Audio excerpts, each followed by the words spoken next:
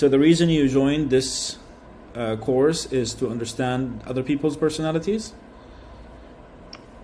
Yeah, and kind of put mine into perspective of everyone else's, So you had a well understanding. You had a prior expectations of what you'll learn throughout this course. Not entirely. Like, when I think about myself and my personality, I know I'm very aware of what I feel, and I feel like I have an intuition to what others feel.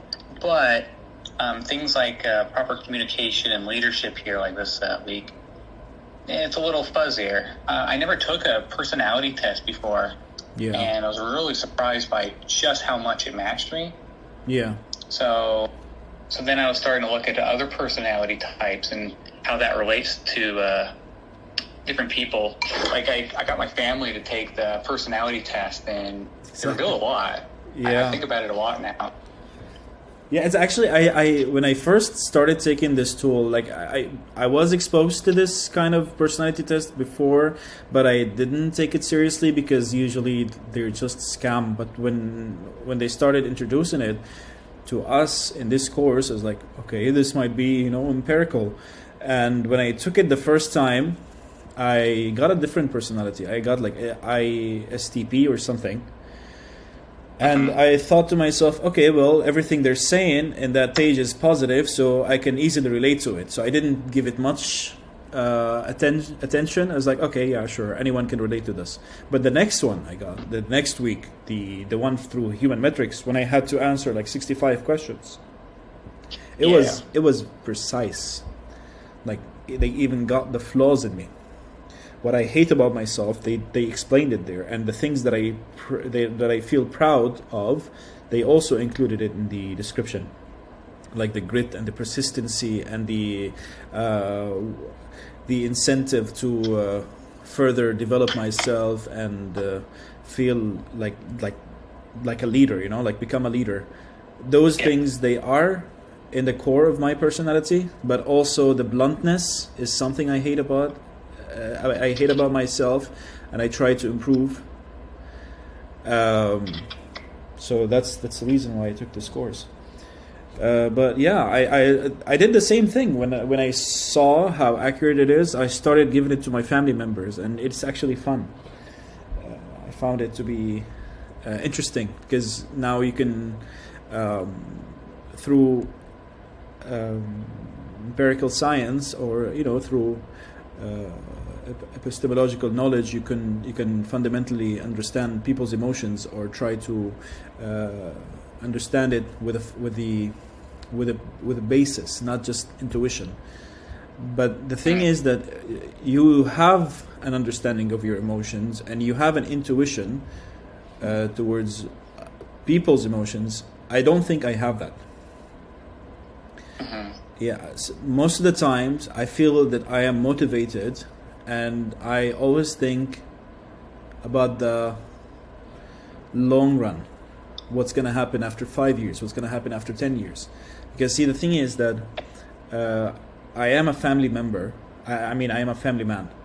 I have a wife and I have 2 daughters, and this puts a lot of responsibility on myself, in which I feel that I am responsible towards them, and I must do something to guarantee their a successful future for them.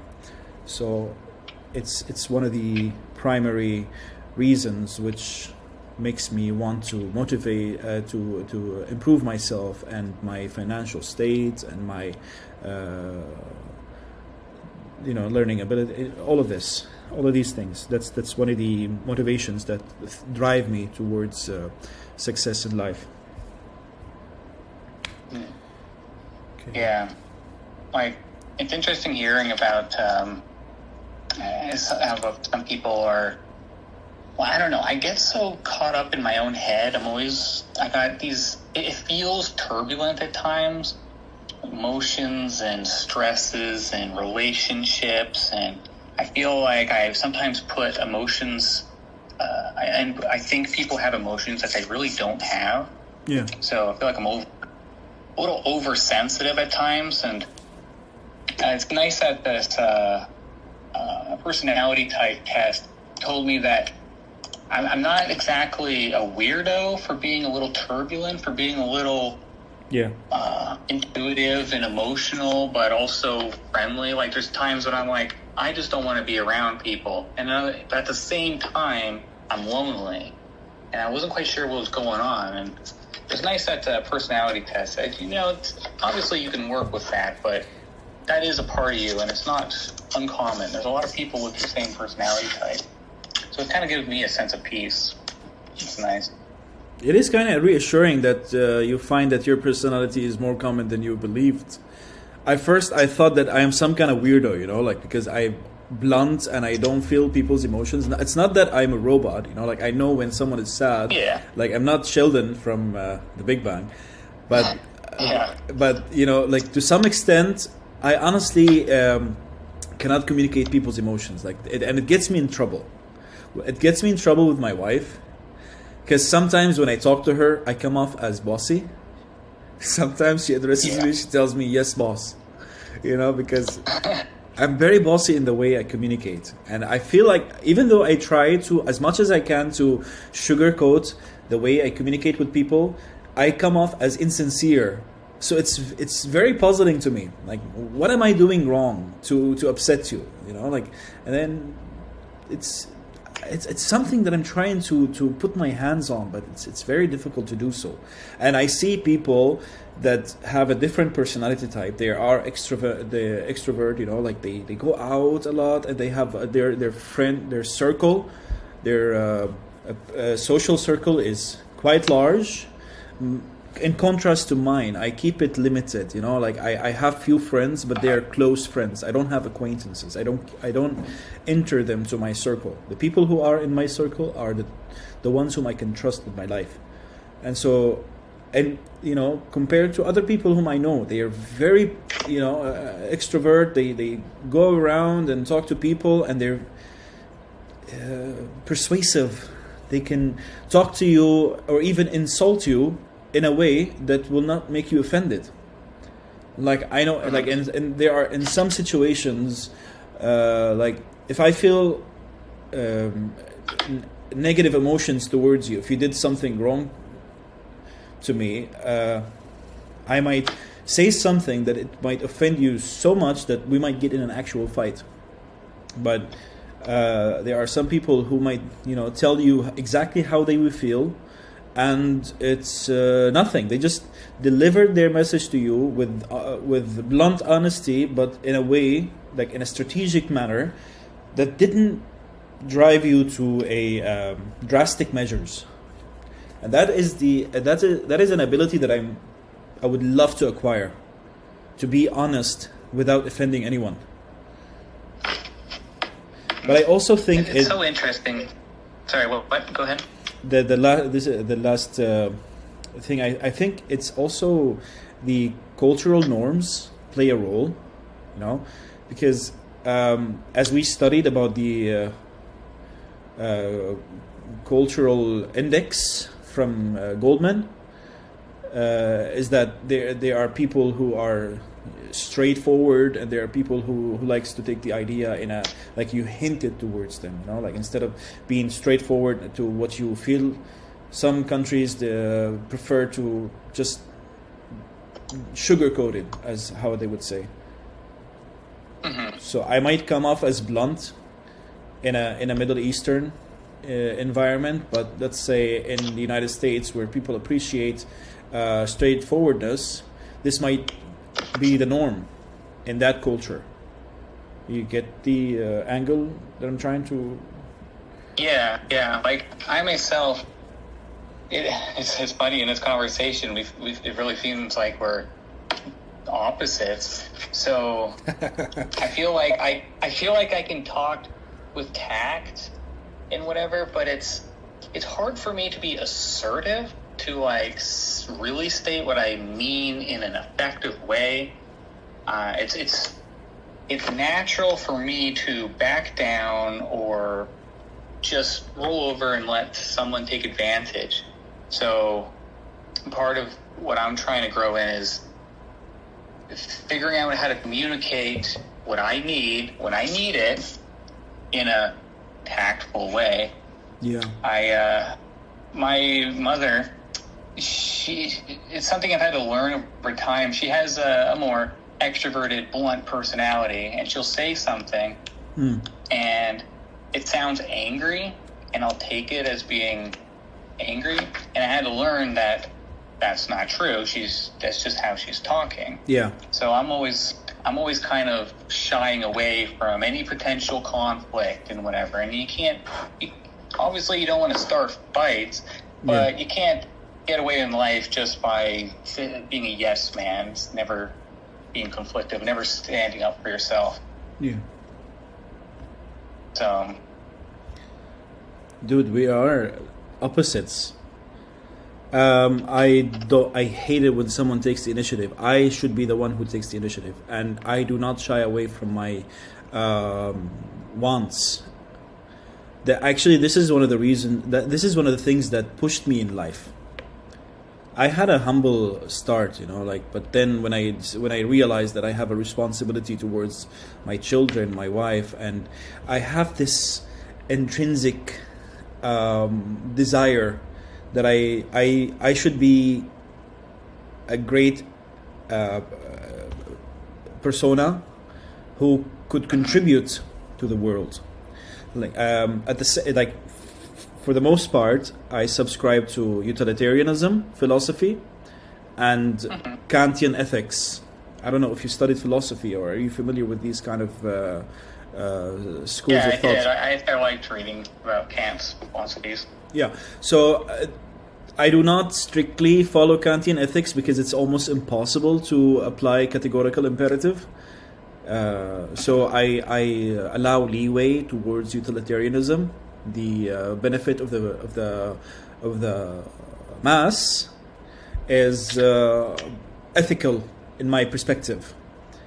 So benefiting as many people as I can is a purpose in life for me. So it's not narcissism as much as it is utilitarianism, where I want to benefit as many people as I want in, let's say, discovering something that has to do with economics, maybe like develop a better index, or a better theory that solves some kind of thing. I just have this intrinsic drive that tells me that I should do something so I could be memorized. At the same time, I feel like it is an egoistic philosophy. It's conflicting each other. That I want to be remembered. I know that I'm not going to be an immortal individual. I'm going to cease to exist one day, but I want to stay existent in this world, just like how people affected our life. For example, Socrates or Aristotle.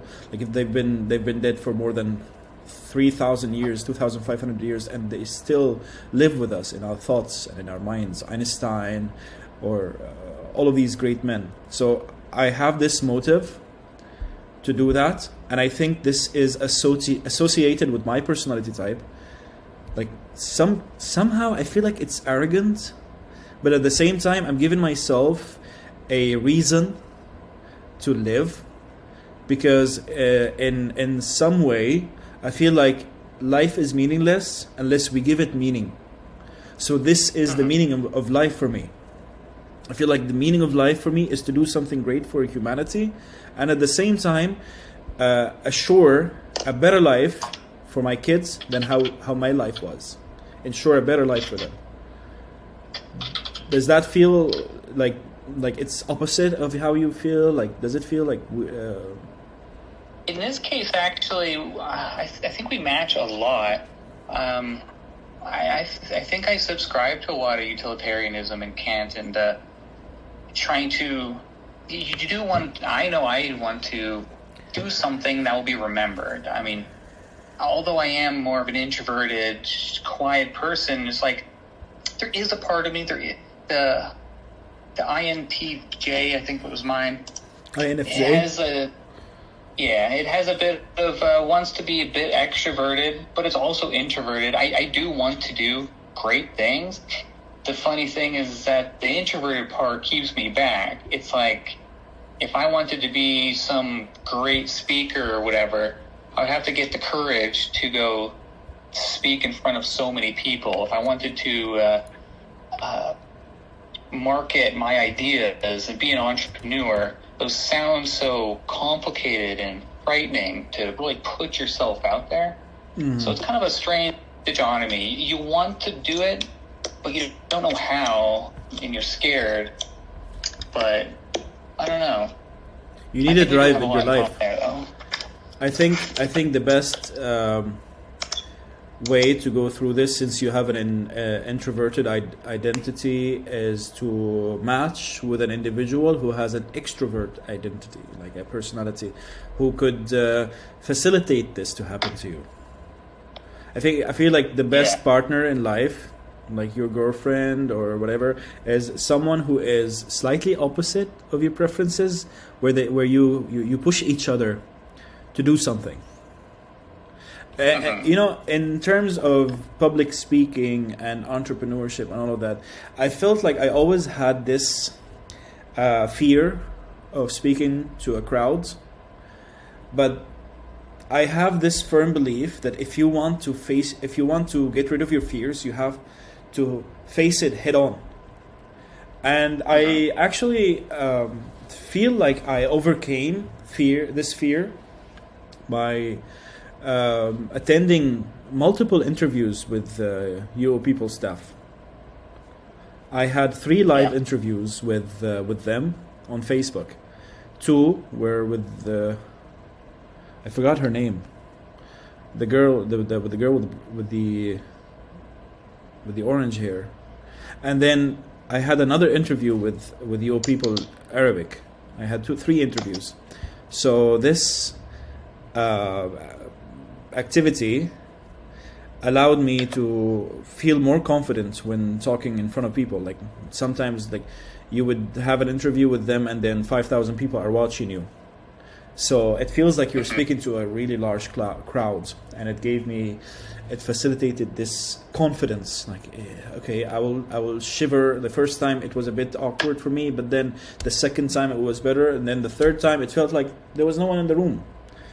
It's just me and her talking, and so I raised confidence in that. And actually, the reason why I wanted to do this is because I feel like it contributes toward confidence. Not just towards public speaking, but also assertiveness. Like it grants you, like you are a strong individual who could speak in your professional career, or to voice out your concerns and wants. I had multiple occurrences that occurred to me in life. I can tell you about them if you like, where you can use it as an example if you prefer. Many things that happened, like in governmental sections, like you know, in many Middle Eastern countries, it's governed by monarchy, and so the the power distance is high. So it's not a democratic area. You cannot voice out your concerns. So it's actually pretty rare to stand out and speak what you have in mind. I'm not talking politically per se. I'm just saying, like, if you want something done, not so many people express themselves freely. Okay, I think we drifted a bit. Do you feel?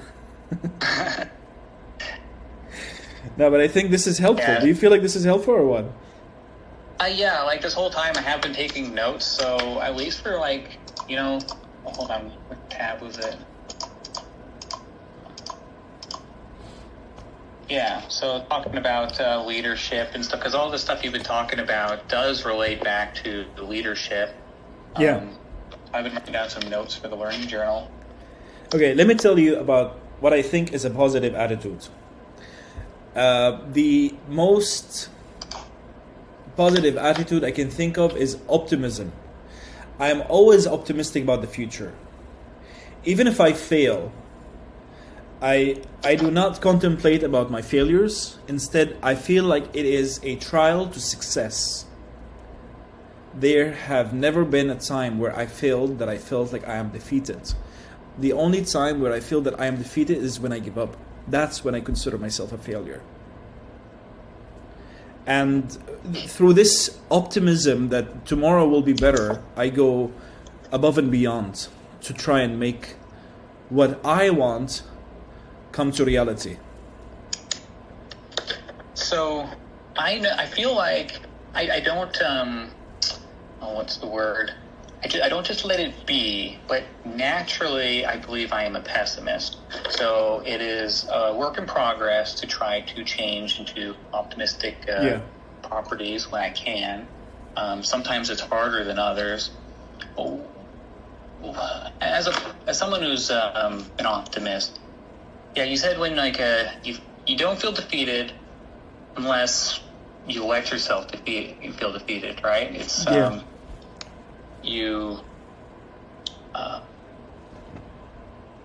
don't know. It's when I feel like I've failed at something. It's hard to look past that immediate failure and to see how I can do better. The pessimist wants to say you'll continue to fail. It's a bit tricky to say, no, you might not continue to fail. You just have to try again. See, but it's a state of mind. I've learned this and through grit and persistency. Like if I want something, I'll hold on to it with my life and claws and teeth. I want it so bad, I'm going to make it happen. It's a state of mind. If I feel like I'm defeated, I'm not going to do it. I'm not going to even try to do it. I'll just accept my defeat and walk away. But no matter how hard it is, as long as you want it, as long as you keep trying to do it, no matter how small your progress is, you're going to achieve it. It's going to happen. So this is the firm belief that helped me jump in life. Like, I want to tell you this story just for the sake of it. See, I met my wife through online dating. And she was working in Abu Dhabi, in Emirates. And I've been working in Riyadh, Saudi Arabia. So we're in different countries.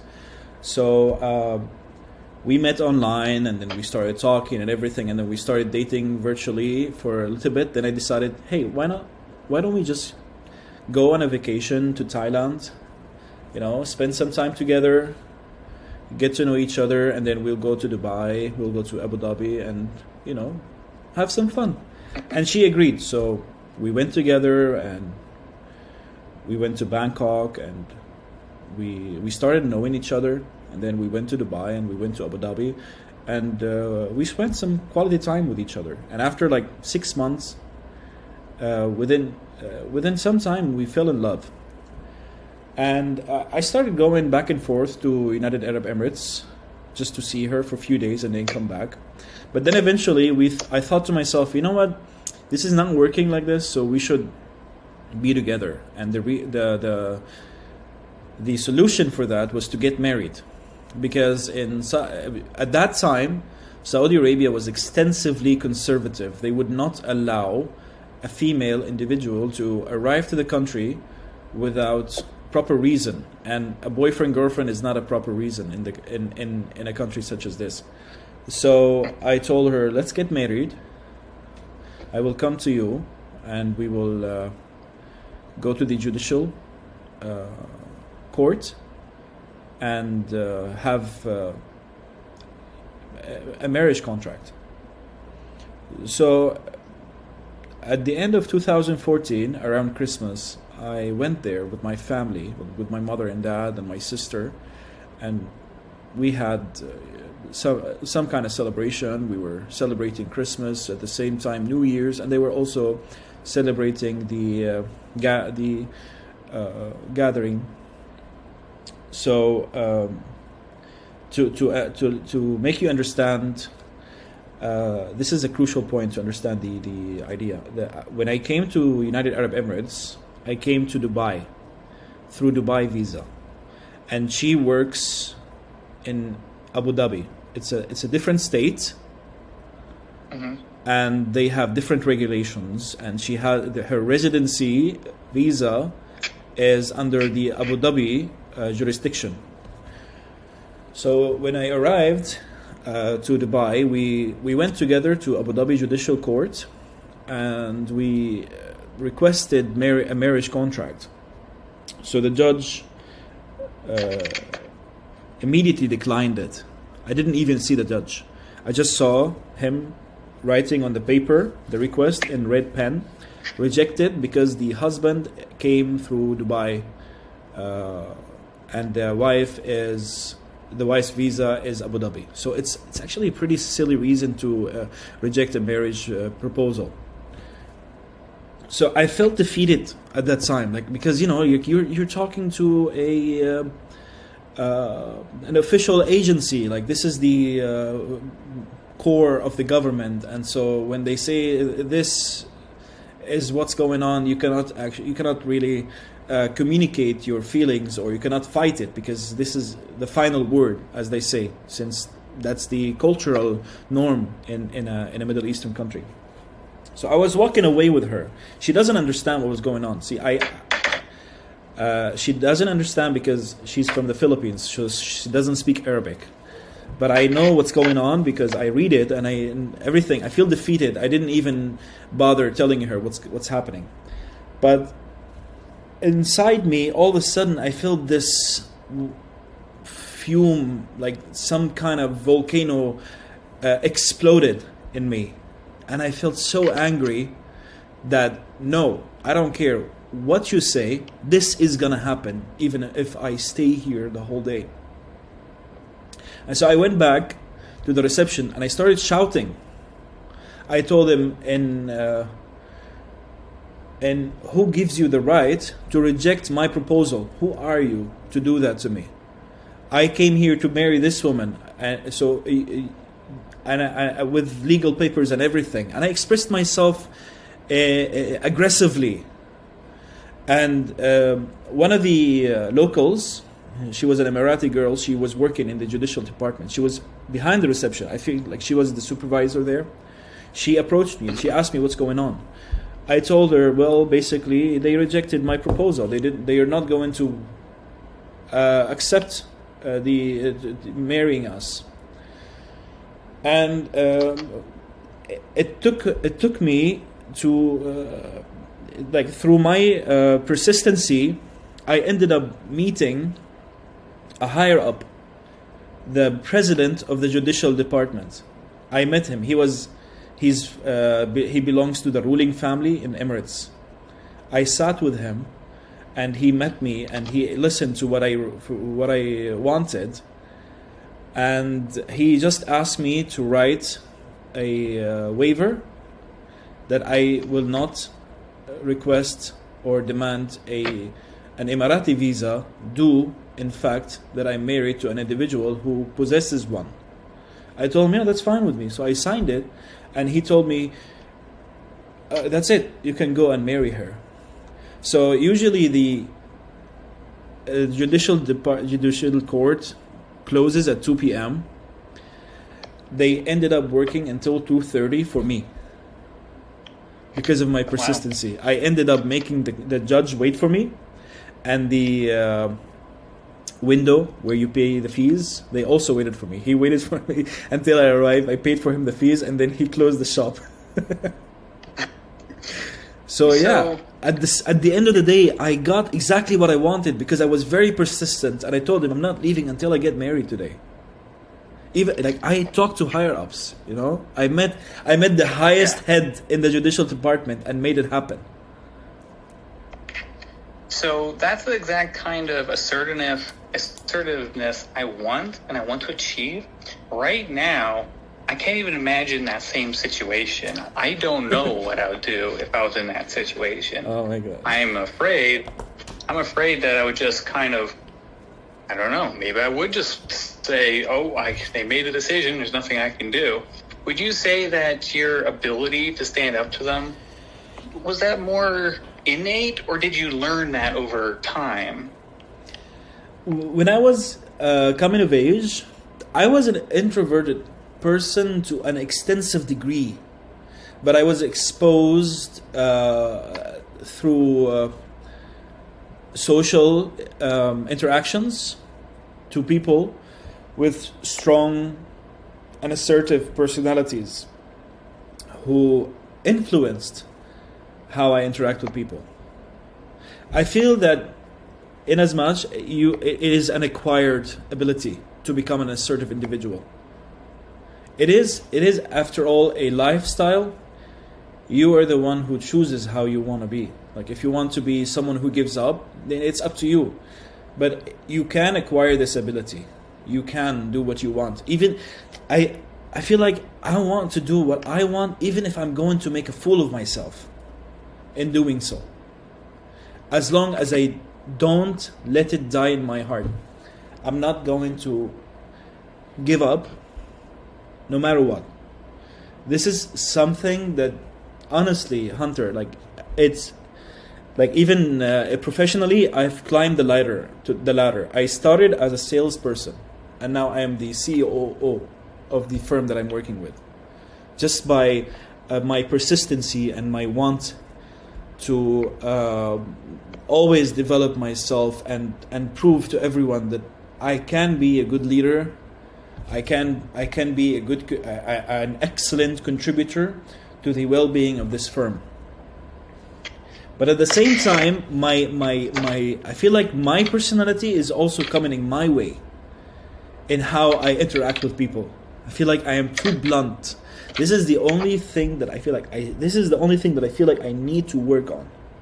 Other than that, maybe it's a narcissistic perspective. I feel like there's nothing wrong with me except that. You know? Yeah, it got resolved. Yeah. So, do you have any stories of where you felt like you were a leader, or have you felt like you've been in a situation when you were assertive, or like, can you give me a significant interaction?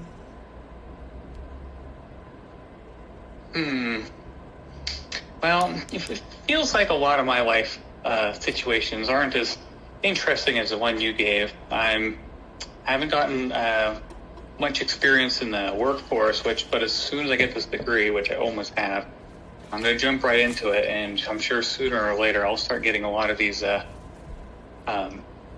experiences. So one I can think of, something I'm trying to learn with that assertiveness is something as simple as I had vehicle repairs that need to be taken care of. So I take the vehicle in, and they weren't malicious, but they were taking a long time to do repairs. They kept giving me excuses as to why they couldn't get to the vehicle, they couldn't repair it, and it was like in the shop for 2 months. So who has very little experience in being assertive with people, especially with someone with like a bit of a power over me. I can't really fix my car myself. They have the knowledge there. There's like this power dynamic. So it was an interesting experience. I had to go to the mechanics, and I tried my absolute hardest to make my case known. I wanted to tell them I'm not happy with service I've been getting. You guys are slow. You guys are not communicating, and I'm frustrated. But it was so hard to say it because I could be in my head. I would work it up. I'm like, I don't want to be angry. I just want to be, share what I feel. But as soon as I meet someone like that, I start to wither from it. I go, well, maybe I can be more forgiving. Maybe I can give them more time. Maybe it's my fault. Yeah. So it was a bit of a learning. Curve to say, no, this time you're going to be brave. You're going to stand up to somebody. Not even like a giant conflict, but you're going to stand up to them and say, I'm not happy, and this is what I want. In the end, it worked out pretty well, and I was happy with myself. It's like I guess you could say it was just a a starting point for assertiveness. Maybe in the future, I could have done even better. I could have, I'll be more assertive, more intelligent with my communication. But it's just one of the big examples that come to me because, I just don't have a lot of conflict in my life yet. I'm hoping that when I start getting my career underway, my previous job was just working with my dad in an office, and the management wasn't very difficult to work with. They were pretty forgiving, and I never had to interact with clients or anything. Back office. So, yeah. So, but I want to go ahead. Sorry, what? No, sorry. Go ahead. So, and since I got that job through my dad's connections, I didn't even have to go through the hassle of an interview. Okay. So it's something that really kind of gets to me at times. I don't have a lot of life experiences that other people have, like even just having an interview. So even the very basics of having an interview, getting a job, is a little nerve-wracking for me. But I know I said I'm naturally pessimistic. There are parts of me that I'm optimistic once I'm confident. I feel like once I get this degree, I'll have that confidence to push past any pessimism, any negativity, kind of capture the essence of optimism. Like you were saying, it's like with that defeat or whatever. If I know that I can do the job that I'm applying for, I feel like I'll gain a lot of courage for it. Okay. If I was to go interview for some manager position, I know nothing about managing. That's a lot scarier of a task to undertake. Okay, let me tell you something. You and we are similar in one perspective and different, severely different in another. The thing is about being nice without empowering yourself and expressing your emotions freely with the fear that you might offend the other individual. I sometimes have that, and it bothers me. Like, I am this kind of person who over time became too nice with people. Like, I know this is like a paradox. How can I be blunt and at the same time nice and forgiving? The thing is that when I am working with you, I'll be straightforward. I will give you exactly what I have in mind and tell you about it. But at the same time, I'm very nice. Like, I let people step over me. So, like, for example, if your emotions are somehow more priority to me than my emotions, this is because of my depth or how I try to implement utilitarianism in my mind or in my lifestyle. So I always wanted the benefit of the mass more than myself, more like altruism. But at one time I was at the gym, and after 2 months of hard work, I went to evaluate my performance by stepping on this device where they measure your BMI and the muscle mass and all of these data that you could evaluate your overall health. And so at that time, I did not go for the purpose of exercising. I just attended the gym to just evaluate that. So I took my little daughter with me, and it was a Friday, so it was a day off. I just wanted him to print the paper, and that's it, because I know how to read it. I don't need someone to make me feel like he knows better than me, because I spent a lot of time in my life trying to learn this because I wanted to live a healthier lifestyle. But unfortunately, I drifted apart and I gained excessive weight. Anyway, the guy who was communicating with me was very rude, more leaning towards being a bully. And in a way where he was communicating, he was ignoring me. and talking to my daughter more than talking to me. Like he was telling her, "Oh, your dad is fat. I can beat your dad." You know, like those kind of rude things. And I'm just being friendly, you know. But Yeah. after the interaction, I snapped. I felt so angry, but I did not show it to him. I felt so angry towards everyone in my life. I was like, no more being Mr. Nice Guy. I'm going to be the worst nightmare to everyone. I went to my wife and I honestly, I snapped. I broke down. I started crying. I told her, you know, pardon my French, I told her, fuck utilitarianism. I'm going to stop doing that. From now on, it's not going to be that anymore. I don't care what they feel. You know? And so, after that, I felt like something happened in my brain where I feel like, if you're going to be rude to me, I'm going to be rude to you. Because I felt like at first, you know, like I filled many shoes throughout my life.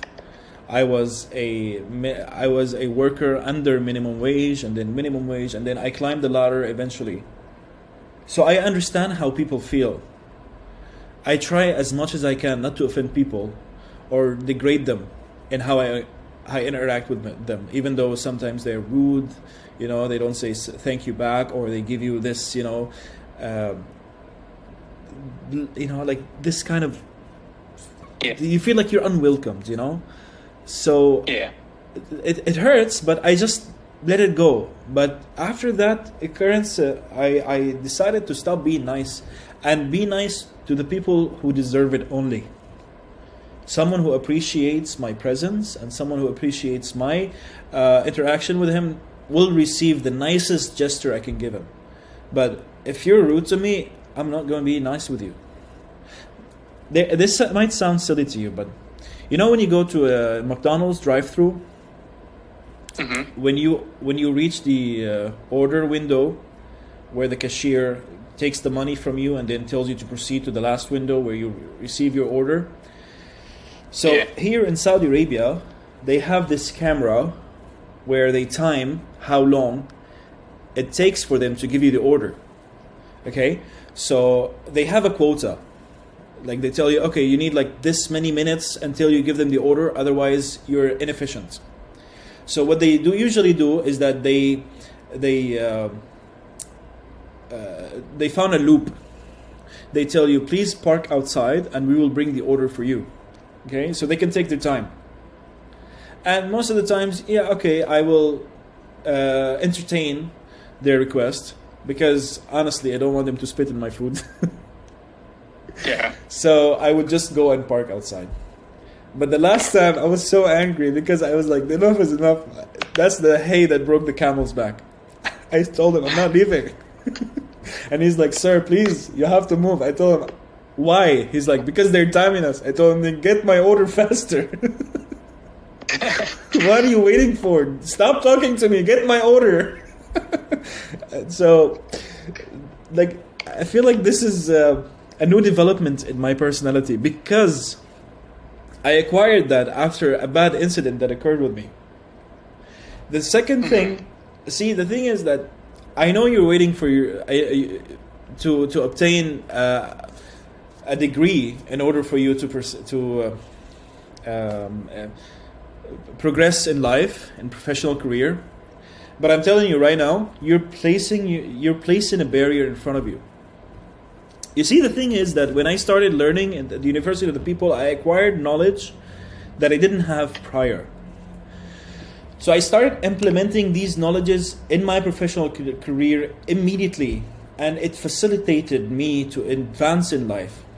I mean, I was just a sales person, and then I became a sales manager, and then after learning about economics and learning about marketing and business ethics, what else?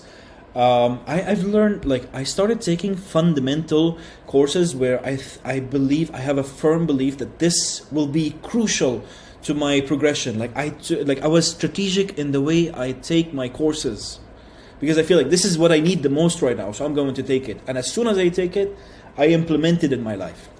and it facilitated me to jump in my career. I started, like, when I first worked for this firm, they had no backbone to the company. There was nothing. It was just a mayhem. The inventory was a mess. The people, there was no HR management. There was no back office, front office. It was just a mayhem. Everyone would do whatever. So I approached the owner and I told him, "No, we should place a fundamental business model so we can grow."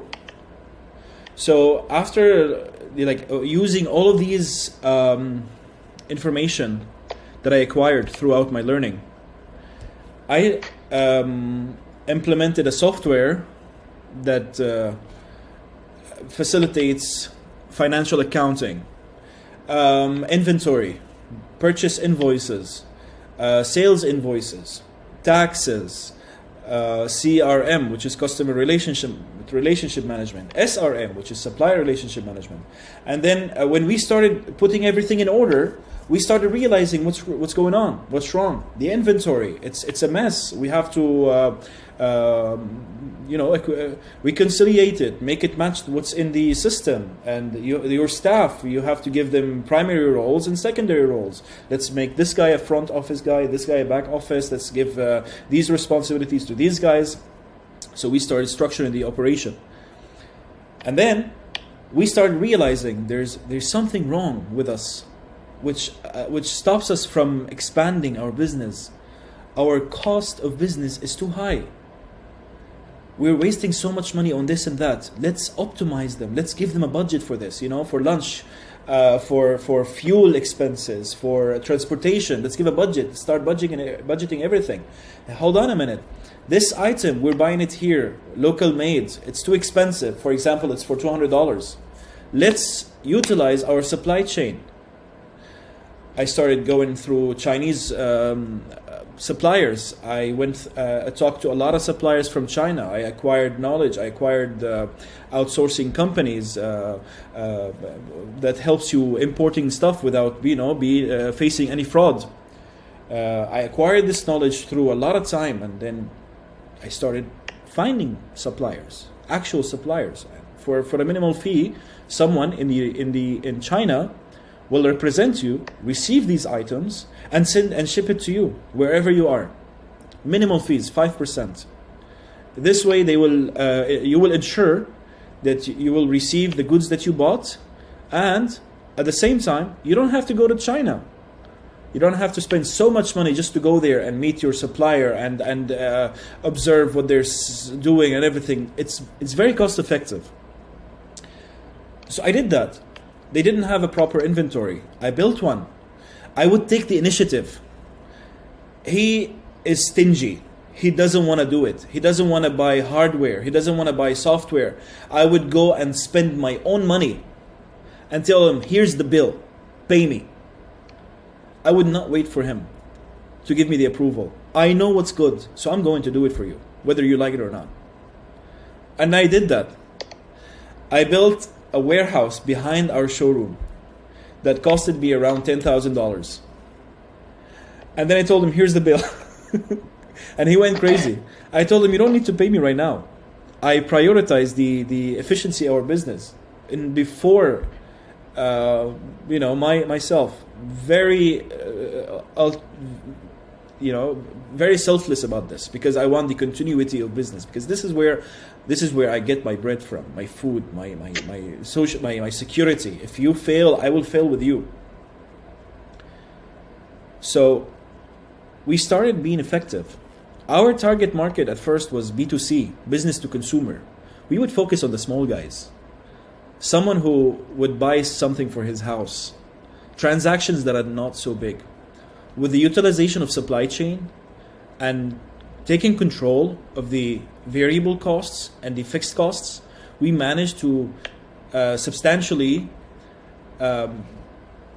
utilize the marginal costs and substantially increase the marginal profits.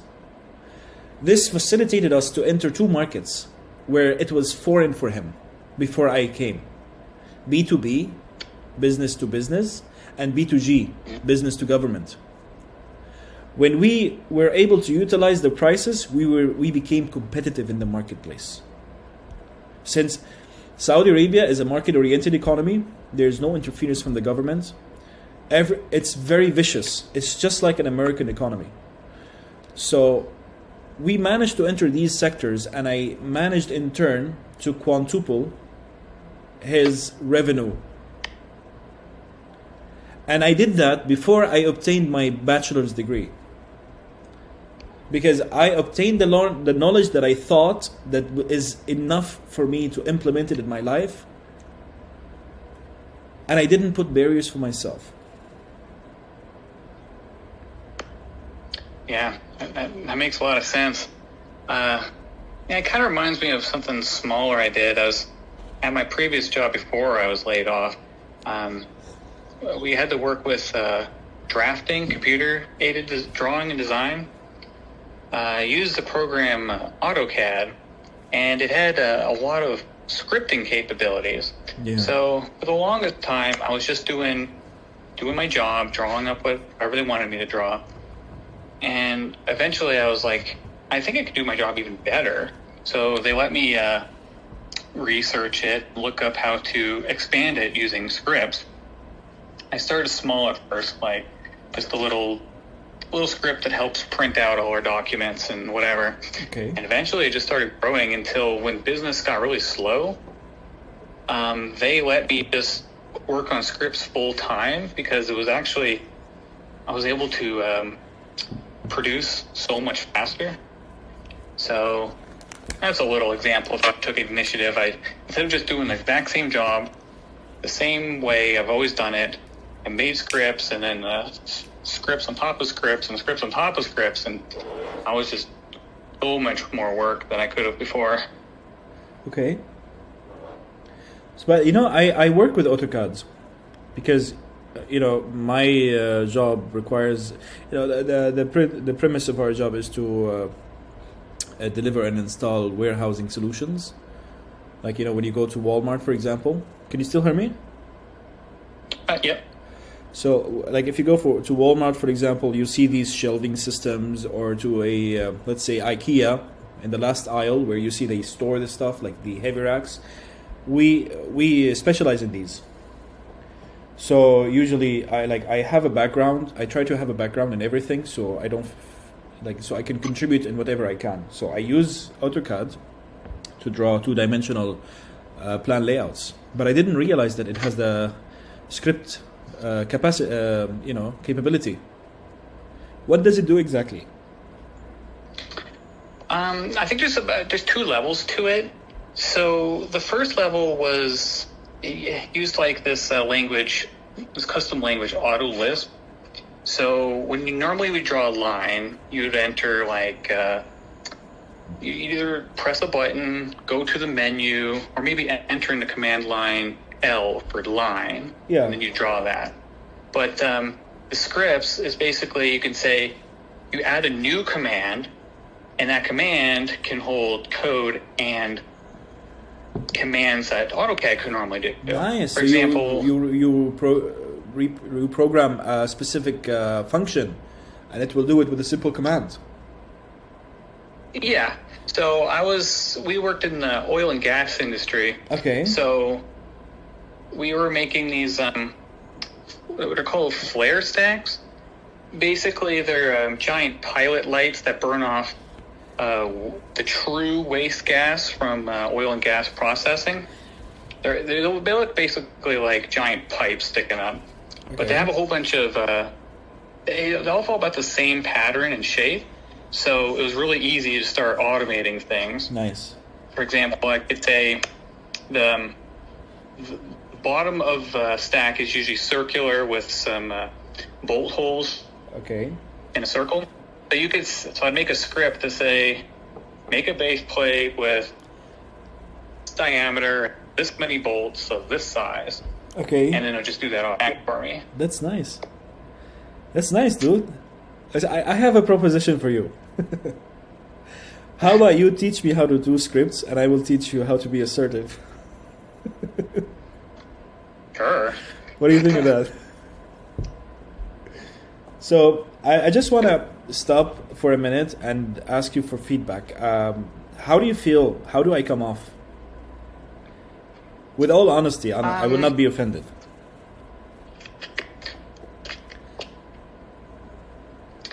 Yeah, I would say you come across as,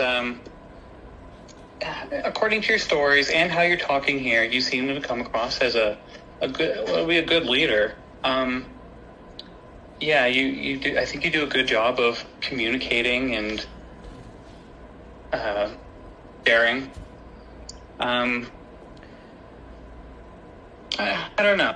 Am I self-absorbent? I think so. Like, I do find we have a lot of similarities. The things you're saying, I do feel like a connection to.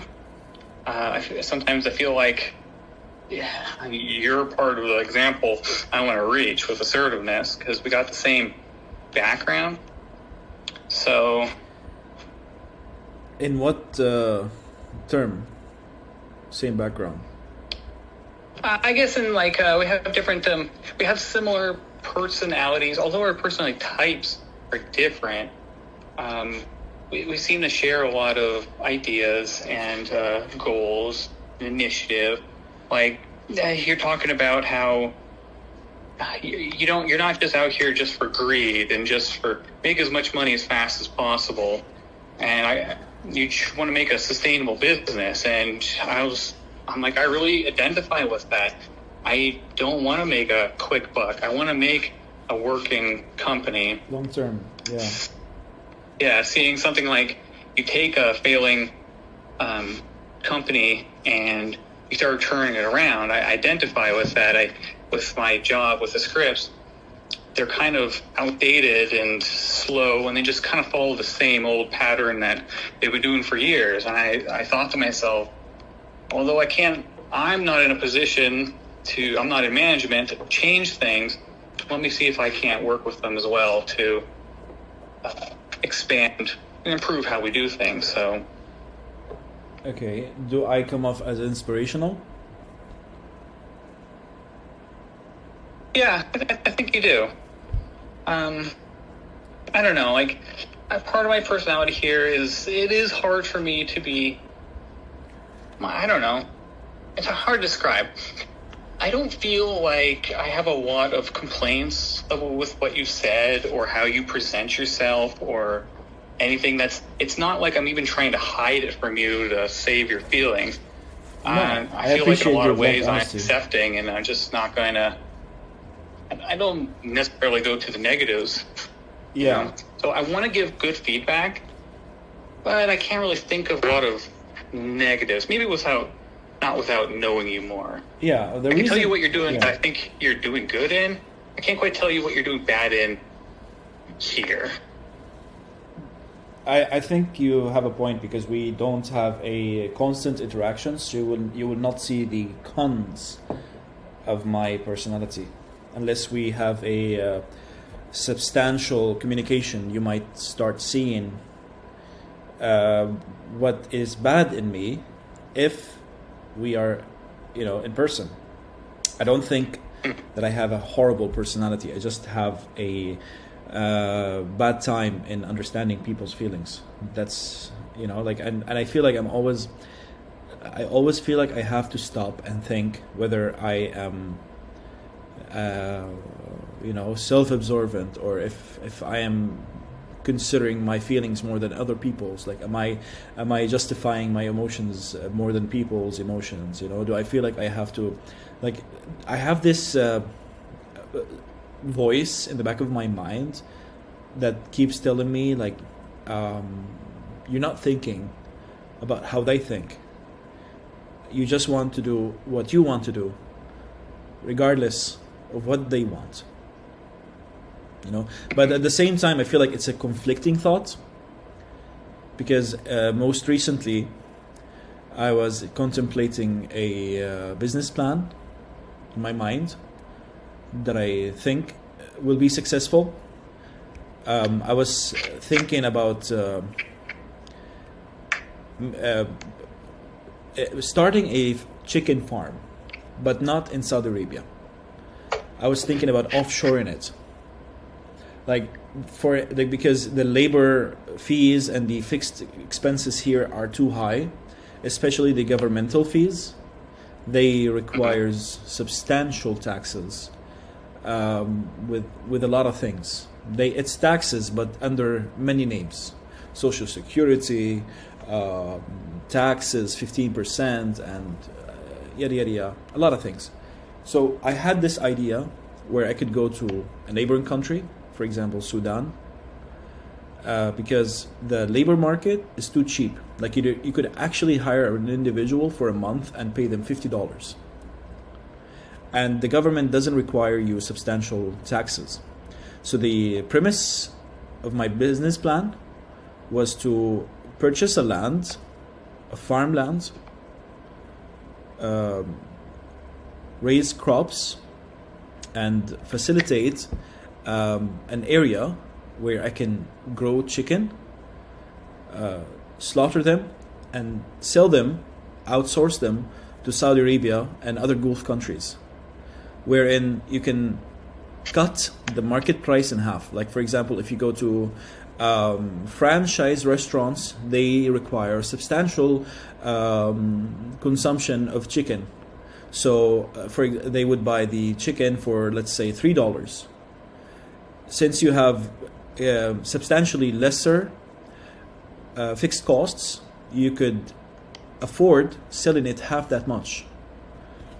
So that was the premise of my idea, to establish a multinational company and start selling abroad. My marketplace was somewhere else. But the thing is, which makes me hesitant of starting a market research about this, is my philosophy. Am I too important to murder so many chickens just to go further in life? How will I feel to be a murderer and kill this many just to gain a buck? So I'm not just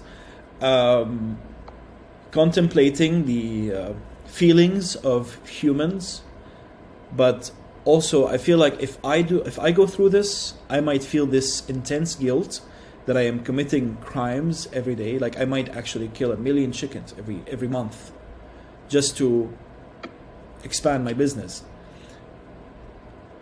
So at the same time, like I feel like I am in touch with my emotions, but in a philosophical perspective.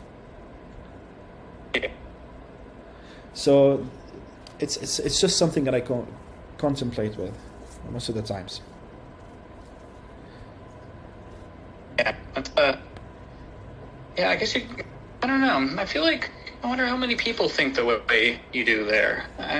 Some people just have slaughterhouses and chicken factories or whatever, and just think about making money. Maybe they're very emotional, but when it comes to animals or whatever, they have like a disconnect. I don't know. Kind of interesting, but it's always good to keep an eye on that and analyze it. That's what I've done. Is basically every feeling needs to be, at least at some point, needs to be analyzed. You don't have to analyze it forever, but once you kind of have an idea of what you feel and what you're thinking, you just stick with that. You go for it. For example, if you find that no, you couldn't live with killing that, being responsible, being the boss of killing that many chickens, you just say, you know what? Yeah, this is how I feel, and you have to come to reconciliation. Are you going to try to change it or not? So I really am enjoying this conversation, but I think I want to make sure we get the learning journal finished. Actually, no. I feel like this is fruitful. We are getting. I feel like we have to go through this to understand each other, in order for us to solve the learning journal. While you're talking, I'm actually flipping through the document, the NVC, And I'm starting to think that exercise 4 is appealing. It says here the facilitator could keep with him or her set of feeling cards. The cards could be kept in the center, and the participants could be asked to pick up a card based on what they are feeling. They then keep a set of needs card. Ask the So you participant. think he might do exercise 4? Yeah, I'm fine with it now. Now that I feel more comfortable in communicating with you, because we had a spontaneous discussion where we understand each other a little bit better, so we can understand where we could arrange it. So I will just refresh my memory. It says here to keep a set of needs cards, ask the participants to identify the needs that was unmet based on their feelings. I feel angry because I feel angry because I want. We know that the cause of our feelings is not another person, but rather our thoughts, wants, and wishes. We become angry because of the thoughts we are having, not because of anything another person has done to us. Okay, do you have anything to contribute? Go ahead. Sorry, I think if I was a facilitator doing this, I would make a big set of feelings cards. I forget if I know there's resources to find of like a wide variety of emotions and feelings. Like there's anger, but there are also like subdivisions to anger, like frustration and rage. So I think when it says a set of needs cards, you'd have a whole bunch of cards that participant can find one that really matches their exact emotion, and then they fill in the blanks at the end.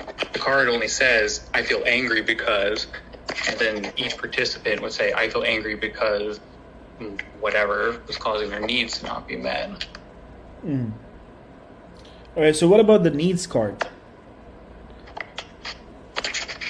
Well, I think that's what it is. If having your emotions met and recognized is a need, so I feel angry because let's use the example from the role play. I feel angry because you were never on time. Mm-hmm. The need is for someone to be on time. Yeah. But you might not know that. You might go, my coworker is making me mad. And then you ask them, well, what are you mad about? And they go, I don't know. I'm just mad at them. So they kind of grab the cards and say, I feel angry because, and then they work through it. I feel angry because you are late. I feel angry because I want you to be on time. So it kind of helps figure out why you have an emotion, and not just you simply have an emotion and it needs to be evaporated. It just needs to go away. There's usually a reason you feel that emotion, and it's because a need is not being met. I feel like I would use the same approach as you. Let's say that I am being a third party and trying to resolve a dispute between two individuals. Taking into consideration the same example, I would bring the party A and party B, and I would ask them to write, I feel angry because you blank, I feel angry because I want blank. For example, the employer would say, I feel angry because you are late and you're never on time, and I feel that you do not appreciate this job. I feel angry because I want you to be more responsible, and I want you to show up on time. So the other party might say, I feel angry because you do not appreciate what I do, but instead focus on the little things that happens, such as being late. And I feel angry because you do not validate my feelings, and you do not see what I contribute to this establishment. Mm-hmm. Yeah, I can see the features in both exercises, because I think I gravitate towards exercise 4 because I'm already trying to analyze myself and my feelings. So when I get angry, I really do that. I go, okay, I'm angry, but why? Can I fix it? If I'm angry because someone inconvenienced me, and when I first get angry, I don't know that's the issue. I just know I'm angry at someone. So I go, oh, this is why I feel angry, and I can solve it. And I feel like you seem to gravitate towards exercise 5 because of a more assertive nature. It really does. Trying to talk about the feelings via the cards is kind of passive. You know, you could Exactly. It could be that the person who's angry at another person can talk with the facilitator in private, but the role play is about getting potentially two people who use it could to talk to each other, a more direct solution to it. It's very interesting to see how we both would want to solve this kind of issue. Touche. See, the thing is that I think you have a point there. You are an individual who is in touch with his emotions. You can interpret your emotions. For me, if I go through this scenario, I cannot hold it in myself. I don't wait for myself to understand my emotions. I burst in a harmful way for myself and the other individual. It might come off as toxic. If someone would fight with me and tell me, why are you late? Or they would fight, they would invalidate my emotions. I would become defensive, and I might argue reasonably, but in a tone that is unacceptable in a professional environment, that makes me sound and come off as guilty. So I never stopped and thought about my emotions. Why am I feeling like this? I just burst immediately, and this is a fundamental difference between you and I. That's really nice. I think we can mix between them. Like you could talk about me that I prefer exercise 5 because this and that, what I just told you, and I will talk about exercise 4 because you're more intrinsic, for example, or you validate your emotions before you act on it. What do you think? Yeah. See, the thing is, I agree. sorry. It's like it's different ways of leadership. Like if I was in right here, obviously I don't know exactly what I would do, but if I was in a leadership position, I think I would try to figure out what the core emotional issue is. If two co-workers are not getting along, or they're not getting along with me, I would probably take a facilitator-like role and say, well, why? Can we work this out? If they're mad at me for, say, correcting them publicly, like in front of the co-workers, I'll go, why do you feel embarrassed? So they might say, well, I kind of felt embarrassed that you corrected me in front of others. And then I can say, okay, I know what your feelings are. I know what you're thinking. Now I can handle it. Okay. That's my that would probably be my sort of leadership. But I can see your kind of leadership. It's a more direct, more assertive. Sometimes offensive. I've learned this trick recently through the reading material, where before you say what's on your mind, you write it on a piece of paper and you throw it in the trash.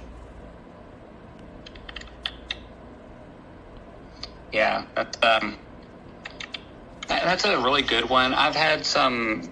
It works for a lot of mental hang-ups too, like anxiety. Sometimes I've had like a bit of worry, and it would just build up in your head. But when you write it out, it depersonalizes it. Suddenly, the thought isn't this big deal in your head that's trying to make you act towards it. It's now words on paper that you can go, let me take a step back and really figure out, do I want all of this? If you say, I'm really angry at my coworker because they're late, you write it out, I'm angry at my coworker for being late, then you start to say, do I need to be angry about it? And you could say, well, it needs to be addressed, but you can make a more rational decision.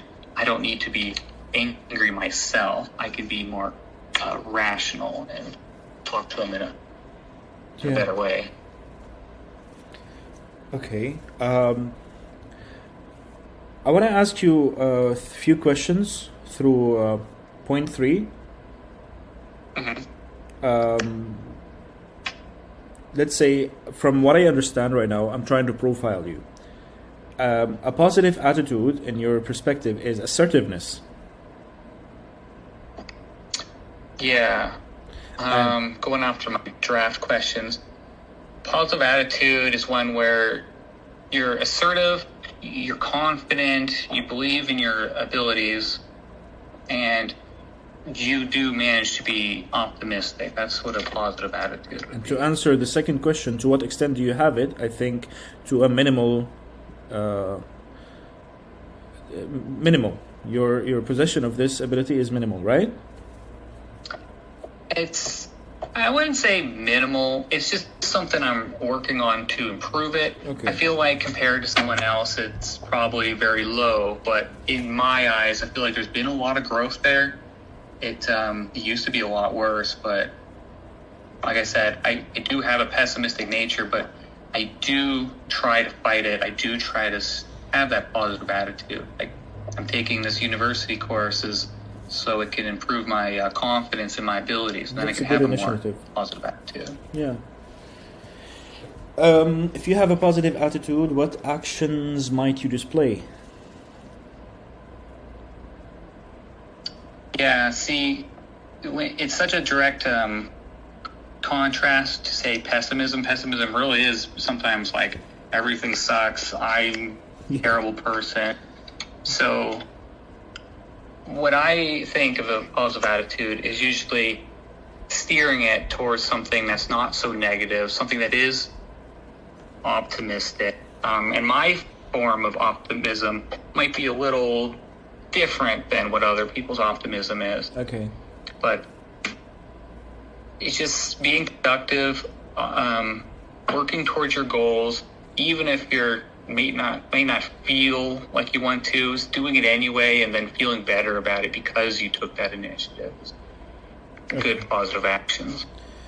Let's see, how do we differ in expressing our perspective, positive attitudes? I think fundamentally I can answer everything through the interview. I'm having a fundamental idea of how you might act throughout, within these questions. But let me skip ahead. Negative attitude. Let's say it's pessimism. If you have a negative attitude, what actions might you display? Okay. How does your communication look like? What does a negative attitude look like to others? Okay. Here's a question. How would you teach others to be more enthusiastic and motivated? I think everybody has to figure out what they enjoy and look forward to. For example, I really do get motivated by setting and achieving goals, like sort of a to-do list situation.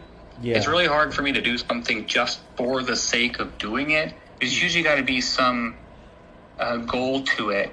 And sometimes you just have to make that goal up yourself. Yeah. Like, you might think, well, what's the purpose in, I don't know, it just, well, I'm kind of like making a point for life at times, you know? It's like you make that goal, you have something you want to shoot for. So that's mine.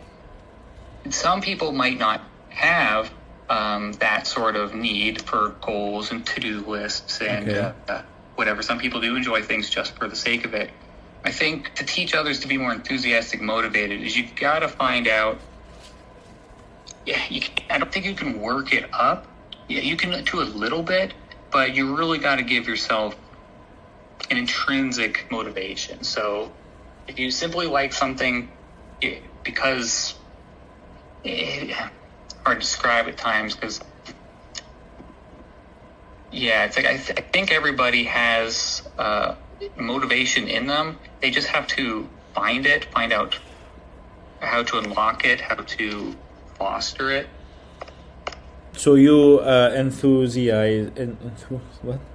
Enthusiase? Is that how you say it? You make people excited for an objective by try to help them find an intrinsic value. How about extrinsic? Do you give yourself extrinsic motives to achieve something? Because see, the thing is that I mean, you got onto something. I honestly do the same thing. If I want something done, I try as much as I can to motivate myself intrinsically or extrinsically in a reward system. So, would you result to extrinsic motivations as well, to enthusiase? I don't know if I'm saying it properly. I think yes, if that's what gets the better result for someone. So, for example, for me, I like achieving a goal, right? So that could be both extrinsic or intrinsic. Someone else sets the goal. I take it as a challenge to meet it. If there is no goal, I make a goal for myself. Someone might be more of monetarily motivated. They don't really care what the task is as long as they're financially rewarded for it. I don't think there should be a shame for that. You just need to simply recognize that and say, hey, I don't really care to do something here because I believe in it. I just want to get paid. And then you work with that. Some people are all about the motion to it, what makes them feel good, like a charity or something. There shouldn't be shame in that either. Once you understand that's how you work, that's how, as a leader, I figure out what makes people tick, what they want, and give it to them. Or at least let them try to work towards that. This is very fruitful, Hunter. I really like this. I think we cracked it. But I'm going to give you a chance to ask me the questions so you can have a fundamental idea of how I would interact with it. So you may go ahead and ask me the questions if you like.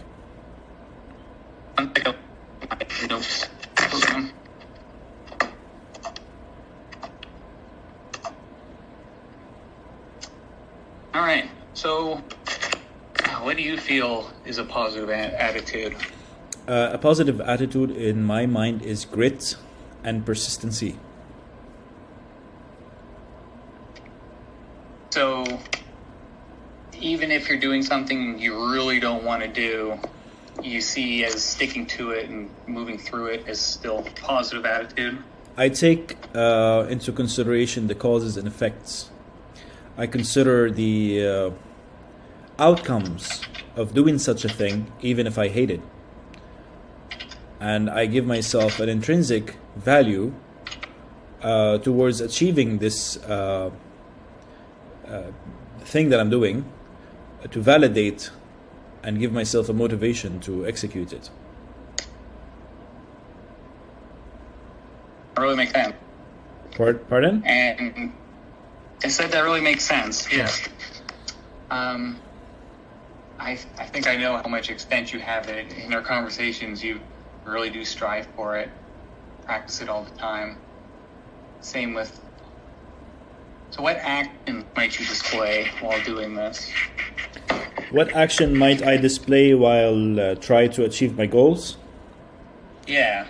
I try to come off as assertive, optimistic, positive, and confident.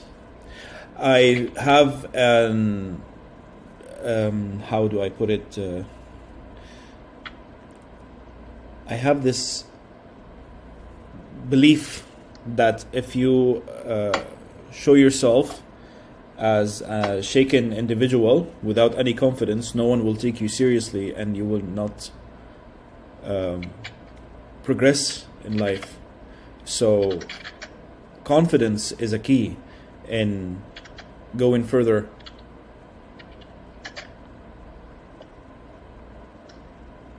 Yeah, I've heard that when you act confident, people usually take you as confident. Yes.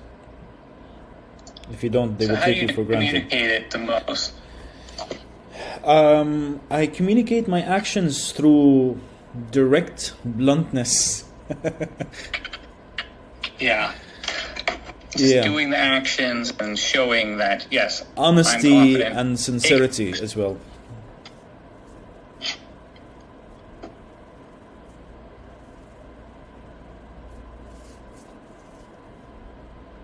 So, what is a negative attitude to you?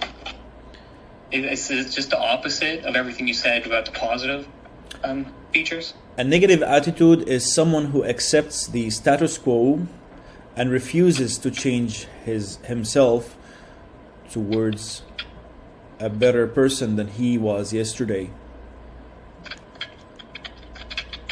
In my perspective, there's no such thing as heaven and hell, but we do in some way facilitate heaven on earth in how we deal with our troubles and how we act around people and in our lifestyle. So someone who accepts the status quo and sees that there is something wrong in his life and still insists on doing nothing because he thinks to himself that no matter what I do, nothing is going to happen to me. It's just going to be like this forever. That someone is a person who accepts to live in his own hell. So I honestly despise people who have this mindset. I feel like it's toxic, and I try as much as I can. I know people who are like this. To enthusiaze, fuck, dude, can you help me with this? Enthusiaze? Am I saying it right? I don't even know. Hold on a second. I try to motivate them as much as I can to make them be better and aid them, hold their hand into changing their mindset. Even though I despise this, I still try to advocate them into becoming better people. Yeah, it's tough when people are stuck in negativity. Yeah. I mean, if someone's negative and you're not, you feel like you want to tell them how they can feel better, but in the end of the day, it has to come from them. Yeah, but they will also bring you down with them. You might fall in their abyss. Yeah, I feel like there's a certain level of try to work with some people when you can, but if some people just refuse to work with you, refuse to make any change at all, yeah, you can't force people to think differently. That has to come from them, and then you're just going to have to leave them if they don't cooperate. So how would you, assuming someone is willing to learn, how would you teach others to be more enthusiastic and motivated? The way I teach people, I am enthusiastic in what I preach. So if I'm teaching you, for example, about economics, about accounting, how would you run your life? I would preach it like it's the best thing in the world and give you examples of how to do it. And I found this method to be extremely effective, and it portrays the message directly to the receiver and motivates them effectively. It is when you practice what you preach where you find results. Like, if you want to take an advice from me, you have to see me doing it first. Mm-hmm. That's my core belief. Like, you think that this, if I want to tell you, like, you should do this, you should see the results on me first. Like, here, this is the evidence that this is working for real, and you can do it too, and it's easy, and here's how you do it. That's my method. Yeah, I feel like that's a really good leadership quality, is you quite literally, you lead, you say, look, I'm going first, you can see my results, and then you can judge for yourself if you want to follow me or not. But I do recommend those words. Exactly. You know? You summarize it nicely. All right, I think that's good for questions. I got some good notes here. Yeah. I have some intuition towards your answers. I think I can build a profile, and I'm going to send you a draft copy and see your opinion if I describe you accurately, and would love to read yours in turn. Also, if you like, I can send you the memo that I've been recording in case you would like to go through our session. What do you think? Sure, actually. Yeah. Okay, it's 1 hour and 30 minutes. I don't know how large this file is, so I need to find a way to send it to you. Or maybe I can just upload it somewhere and send you the link. Yeah, that'd probably be the best option. Yeah. It was really nice talking to you, Hunter. I feel like this was fruitful, and we will write a really nice assignment. Should we mention each other's names in the assignment, or what, so the instructor can validate?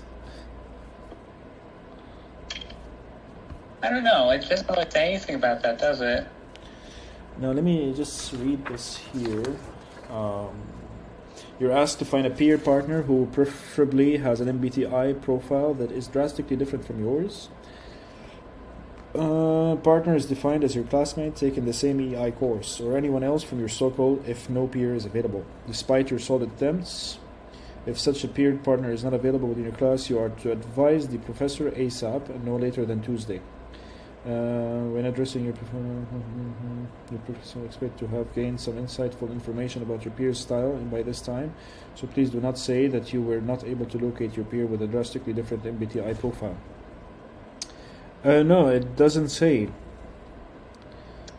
But I don't think it would be an issue. Like, I know I wouldn't care if you mentioned me in yours. I'm going to, and I think you should too, just for safe measure. Sure. All right. Do you have any more questions for me? I don't know. I think we got a lot of information right now, so I gotta start putting my journal together. I'll send you like a draft once I get it a little more together, because obviously my notes are. Yeah, I also would appreciate if you send me the initial draft, the one you prepared, answering your side of the questions, so I can refer to it in case I have any missing data. Did you want the draft I had about me answering questions? Yeah, of section 3.